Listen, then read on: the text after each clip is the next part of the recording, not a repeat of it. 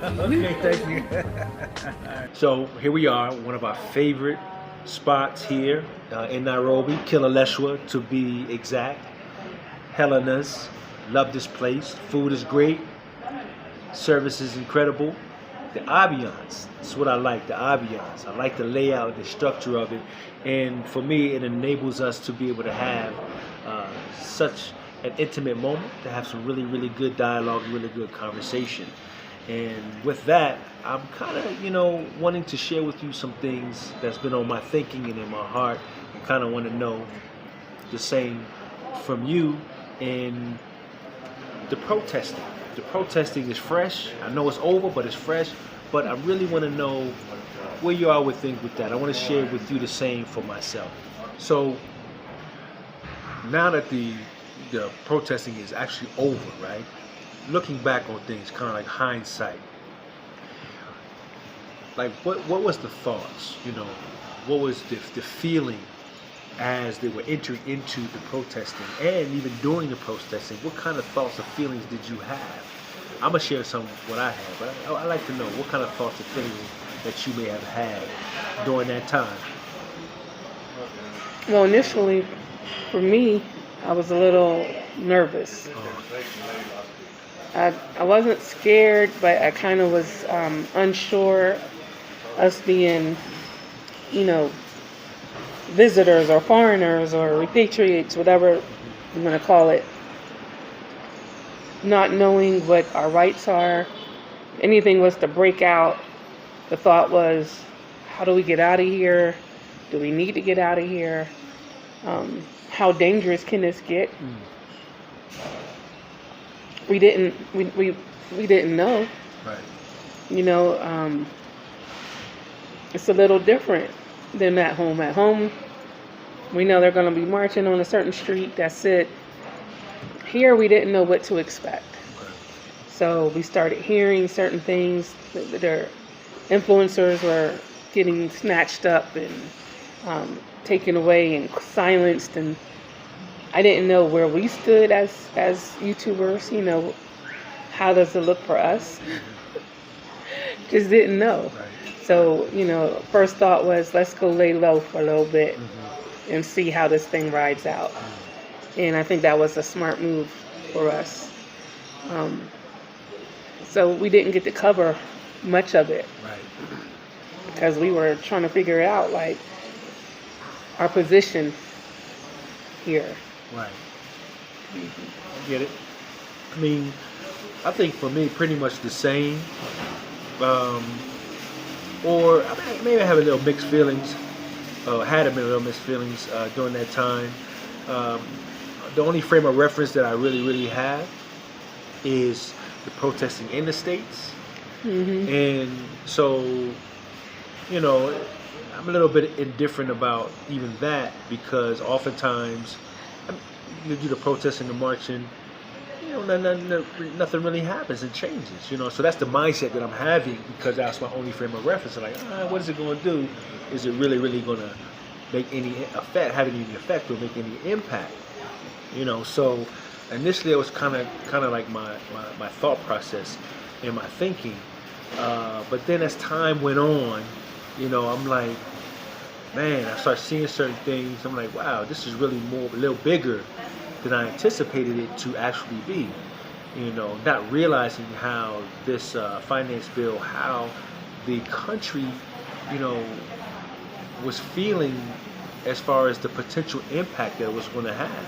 Again, we're foreigners, like you said, we're foreigners, so we're still learning a lot of different things, economy and so forth and so on. We're not really knowing, on an overall basis, how does the economy affect the locals, right? We're still, even though we're living here, we're still living according to how we may live as if we were in the States. So it's a little different there. But seeing as time went on and on and on, I'm like, wow, this thing is big, this is serious. This really must going to have a really major effect, an impact for them to continue on in the way that they're continuing on. So I got a little bit, I was a little nervous too, especially like you said about the YouTubers and so on, they're snatching them up. I'm like, oh boy. It's like, I'm thinking in my mind, like, what did we say previous times? They might be come knocking on our door looking for us possibly. But I think that the way things happened for us, that it removed us because we happened to be in Diani and your family was in, it kind of removed us from the situation that we didn't have that urge to go out and, capture it the way that it was captured. So, but even the energy behind the protests, you didn't feel an energy of anger, or rage, like they were just going crazy. And because in my mind, I didn't know what to expect at first. So I'm like, how are they going to receive us? We're trying to build bridges here, but they could be looking at us like, y'all part of the problem, your country's part of the problem or something like that. Right. So I didn't know how people were receiving that. But meeting people, especially thank you for the coleslaw. especially during that time, we realized this is for a cause. There wasn't like anger, there wasn't rage or revenge. It was a direct cause. Sure. And that's what gained the respect. For me, I respect the whole mission because it was very organized and deliberate. Right. And it was like, this, and then one thing came out and there was like trying to make some amendments, and all the protesters was like, no amendments, closed the whole thing down. Right.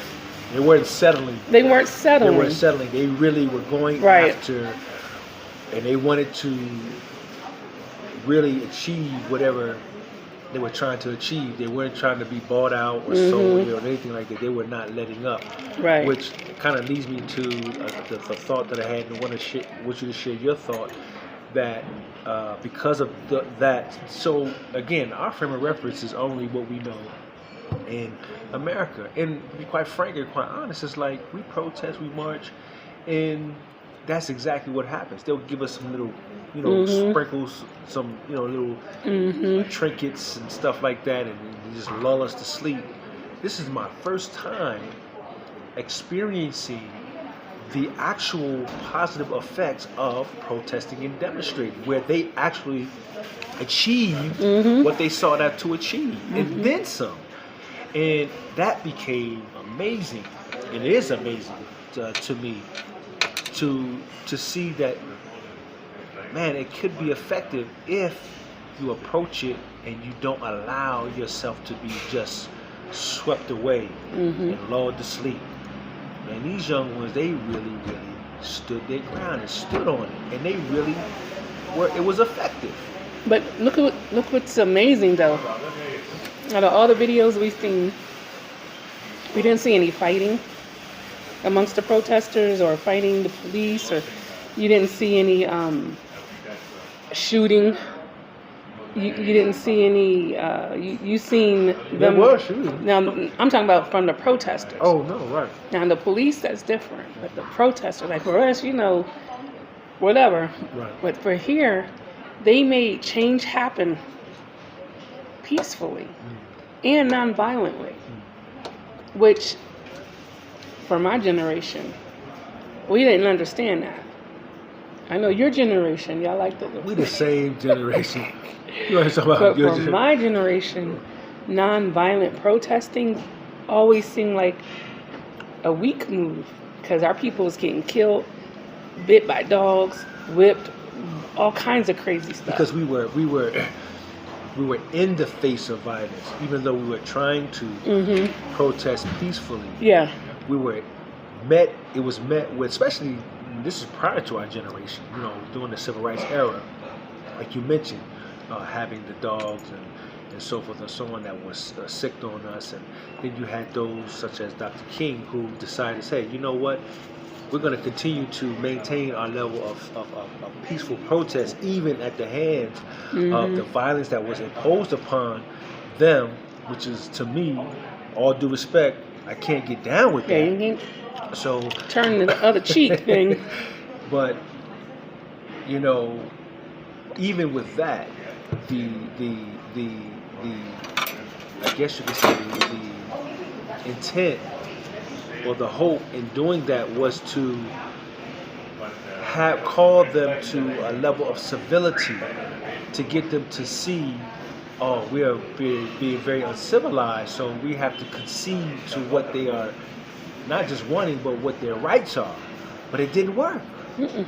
It didn't even work. It didn't work. So, man, seeing how they stood their ground, and they, even though the premise was on peace, they were about it. Mm-hmm. You know what I'm saying? Like, whatever needs to take place, whatever has to happen, we're going to get what we need to get as far as our rights and justice is concerned.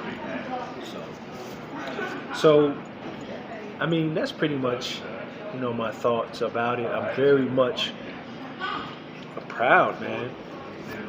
I'm really proud, you know. It's unfortunate that lives did get lost, though. You gotta acknowledge that lives were lost. But even acknowledging that, they did a memorial yesterday at the park, and it looked like the Million Man March out there. Crazy, incredible. The way that, for me, I'm learning so much. Kenya is teaching me a lot about unity, family, true community. Right. Because for them to, they've been out there early yesterday, putting crosses with names of the fallen soldiers on it. But by the time the sun was setting, it was, looking at the pictures, it looked like the Million Man March out there. And even some of the people that they were protesting against, they showed up with respect. Even if you look at the protesters, during the time that this was going on, someone said it on our live last night, we showed up with flowers, we showed up with water for tear gas, and anytime someone's eyes was burning, they gave them the water. The police are out there. I seen them help during the protests. They were helping some of the police officers that got hurt. Wow. They helping them up, and I'm like, so it was like they doing their positions. They playing their positions, but there's no hatred in their hearts. No hatred. It's strictly for the cause. It was very humane.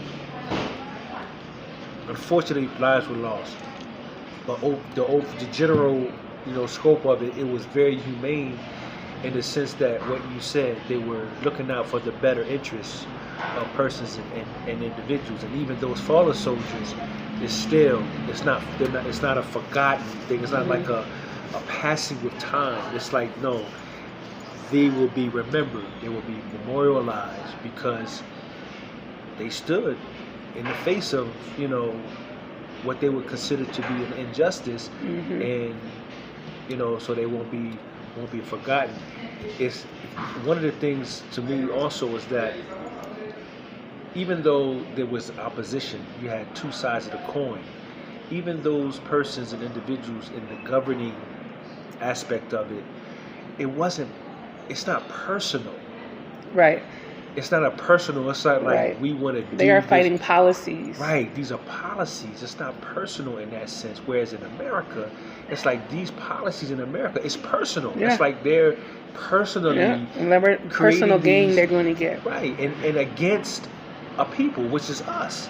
Like these policies historically, even up to present time, these things are designed to keep us as black people from being able to advance and to excel and so forth and so on. So it's personal. But here it doesn't appear as though that it was a personal thing. It's just policy that is a difference in perspective and whatever, all that stuff there. So I too, like you, learned and am learning a lot from this, man. I'm really inspired, you know. I'm really inspired, and this Generation Z has really breathed some life into me. They really have. So I just want to say, when people are researching, these samosas are, oh my. Now they did it before with the coriander. That wasn't too good. Oh, cilantro and lime? Yeah, that wasn't too good. But this here with the spinach, it's nice. Girl. Tell the chef. Tastes like I made it. Thank you. But I think I want to say people that, they get DNA, they're trying to search and figure out where they come from, right? And we understand that at one point, Africa wasn't cut up. It was just one continent. I feel, my spirit tells me, I got Kenyan blood in me, man. My bloodline has something, it formed over here, the way that the youth spirit was about the people, so fearless, willing to die for the cause. And then I know how proud my heart feels, and how, I'm so proud of the youth. I'm so proud of them. Right. And in the same note, we were talking in the community that we were mad that we couldn't get out there and join them because we've been waiting for this day. We've been waiting for. We've been waiting for it. We've been out there with our little canes and like, time out. Hold on. We'll be slowing everybody down. Time out. I'm limping, but man, I'm telling you, right. I'm Kenyan. Well, again, old for counsel, young for war. You ate that so fast. I didn't even see it go. Oh, I was like.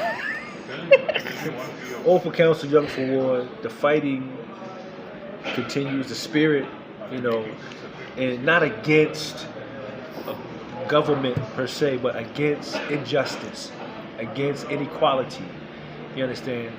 And I say that here because, again, it's not personal. Yeah. In America, it's different. It's personal. It's not personal. So very much proud, very much,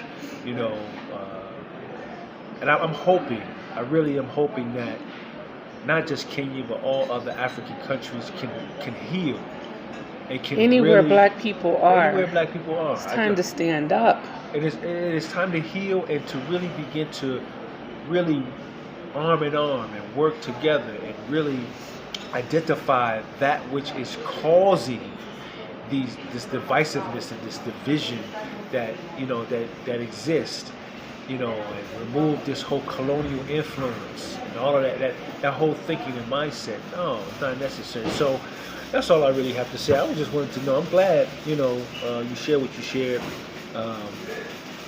Seems like it's pretty parallel. We're both very proud, and we're grateful that they're seemingly coming to a resolve. And Kenya can continue to move forward and move on. And hopefully it will move on to bigger and better things. It has to. Kenya's so amazing. It's already amazing. So you could get a glimpse of the future by looking at the youth. Absolutely. Kenya's going to be a force to be reckoned with. All right. Well, I'm almost done, but I still got some food. I'm going to finish my food. I'm going to eat mine the way I need to, so I need to say cut. So I can get my hands dirty. All right. Get your hands dirty. You're trying to be all prissy. Mm-hmm. Go and eat your food. All right. Thank you, sweetie. Great conversation as always. I appreciate you.